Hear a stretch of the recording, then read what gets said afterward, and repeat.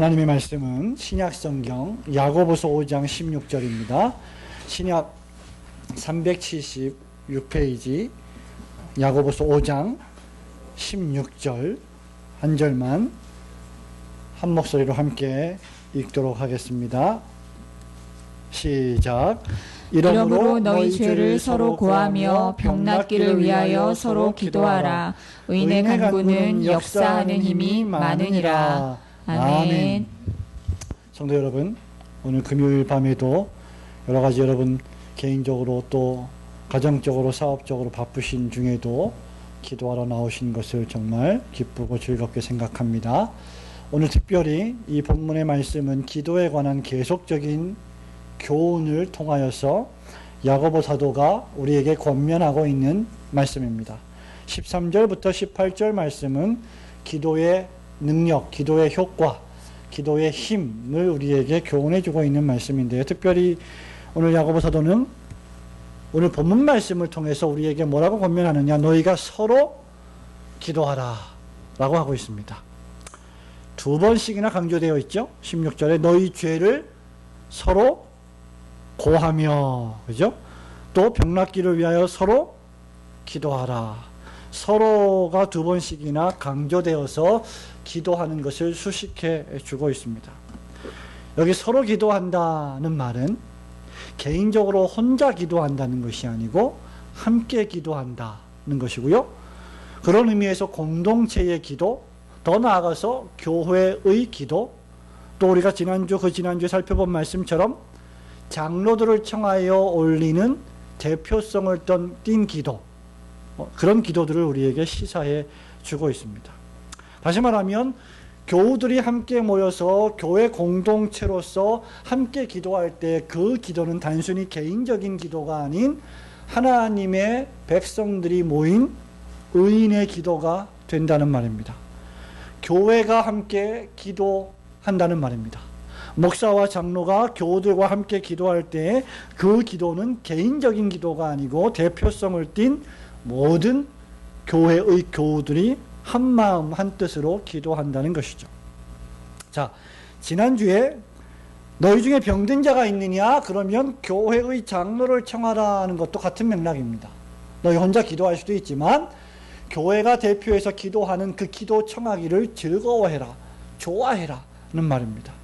그래서 교회는 여러분 개인이 다 교회인데 그 개인이 기도해도 되지만 특별히 개인이 기도해야 하고 동시에 그 개인들이 모여서 함께 기도해야만 합니다.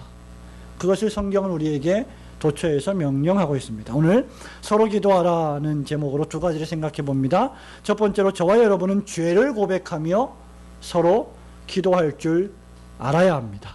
16절 말씀을 다시 한번 읽어볼까요? 시작.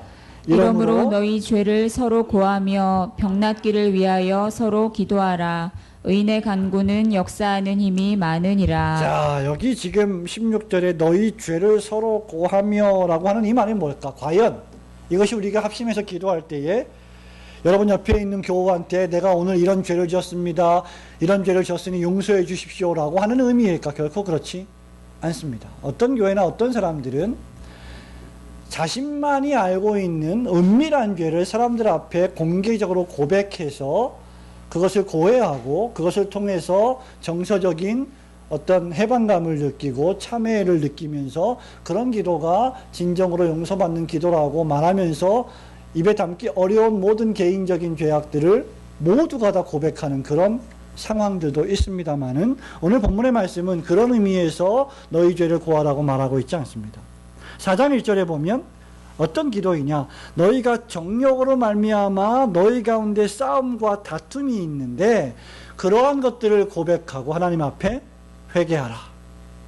너희 개인적인 죄 또는 교회 공동체에 손상을 입힌 죄, 너희 개인적인 죄로 말미암아 그리스도의 몸된 교회가 모욕을 당했다면 그것을 고하며 기도하라는 말입니다. 그렇다고 하면 이 말씀은 자기의 죄를 상대방에게 고백한다기보다 서로의 죄를 각각 하나님께 고백하며 회개와 사죄의 은총을 받기를 원하는 기도일 것입니다.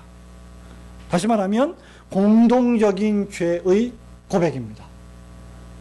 15절에 믿음의 기도의 문맥으로 볼 때도, 자 15절 보면 믿음의 기도는 병든 자를 구원하리니 주께서 저를 일으키시리라. 혹시 죄를 범하였을지라도 사하심을 얻으리라고 한 이 말씀으로 보아 죄는 사람에게 고백하는 것이 아니라 하나님에게 고백하는 것입니다. 사람에게 죄를 범했다고 하면 그 사람에게 사과할 것이지 그 사람에게 사죄의 은총을 간구할 수는 없는 것입니다. 그렇기 때문에 죄의 고백은 하나님을 향한 것이어야 하며 그 죄의 용서와 사죄의 은총과 회복도 사람이 아닌 하나님으로부터만 와야만 하는 것입니다. 그렇다고 하면 참된 신자는 기도의 자리에 나올 때, 특별히 교회 공동체로 모여서 합심하여 기도의 자리로 나올 때 각자가 자기 자신의 영적인 상태를 돌아보아 자기 죄를 고백할 뿐더러 타인의 죄를, 또 교회 공동체가 공적으로 개인적으로 범한 죄를 나의 죄로 인식하고 자신이 짊어지며 고백하는 자세가 필요합니다.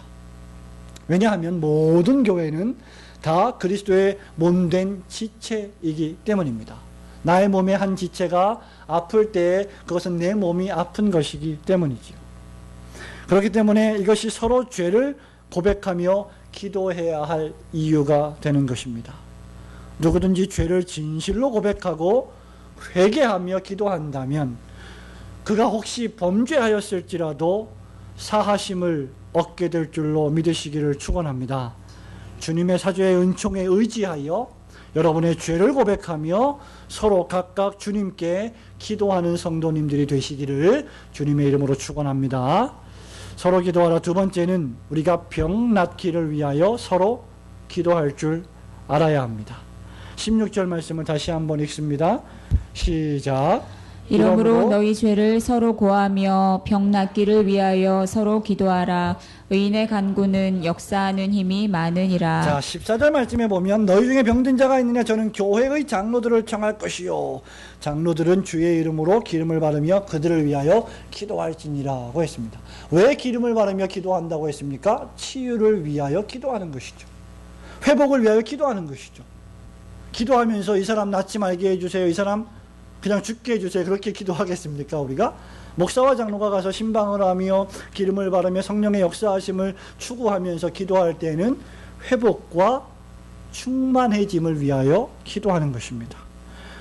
14절에 이어서 16절에서도 병 낫기를 위하여 기도하라고 했습니다.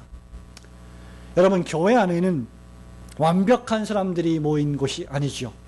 저와 여러분은 육체적인 질병을 지니고 있습니다. 뿐만 아니라 영적인 질병을 지닌 자들입니다.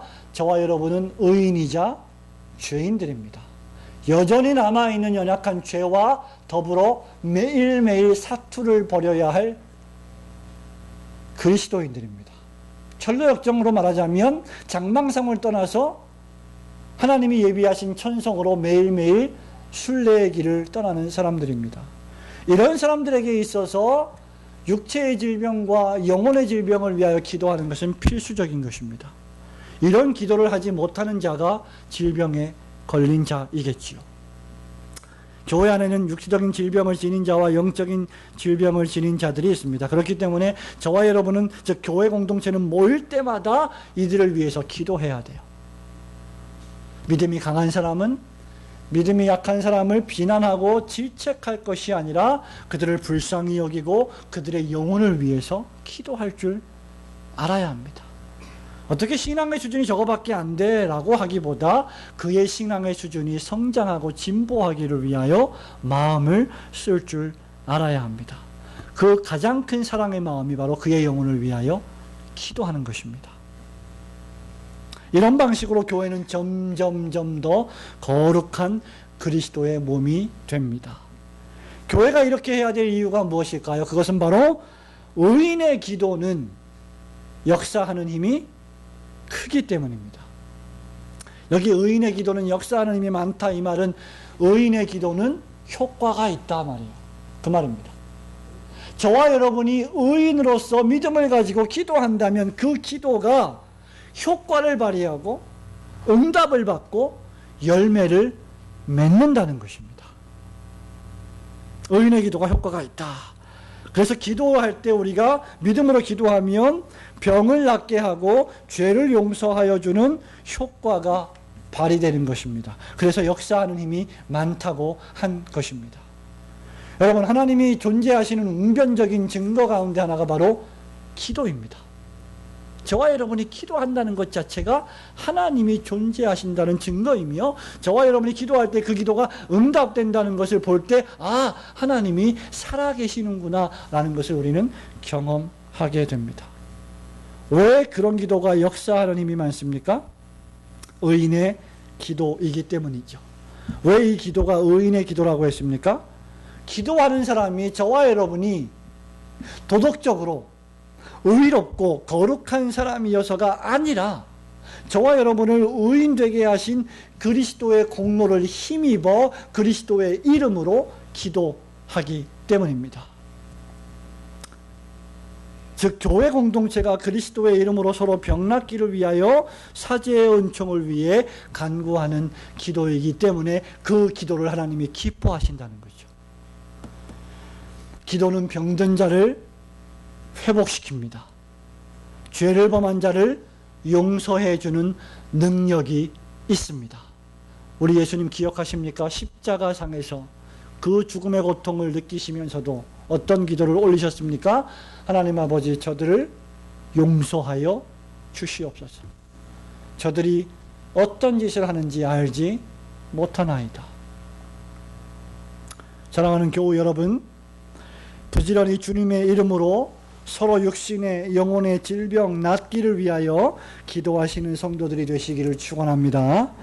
성도 여러분, 말씀을 맺습니다. 기도는 하나님께서 저와 여러분에게 주신 능력입니다. 은혜의 방편입니다. 저와 여러분이 우울하십니까? 혹시 여러분 가운데 삶이 피곤하고 지치신 분 계십니까? 이렇게 살아서 뭐하나 왔다 갔다 별로 의미 없어 보이십니까? 주님의 십자가를 생각하며 그분 앞에 무릎을 꿇고 기도하십시오.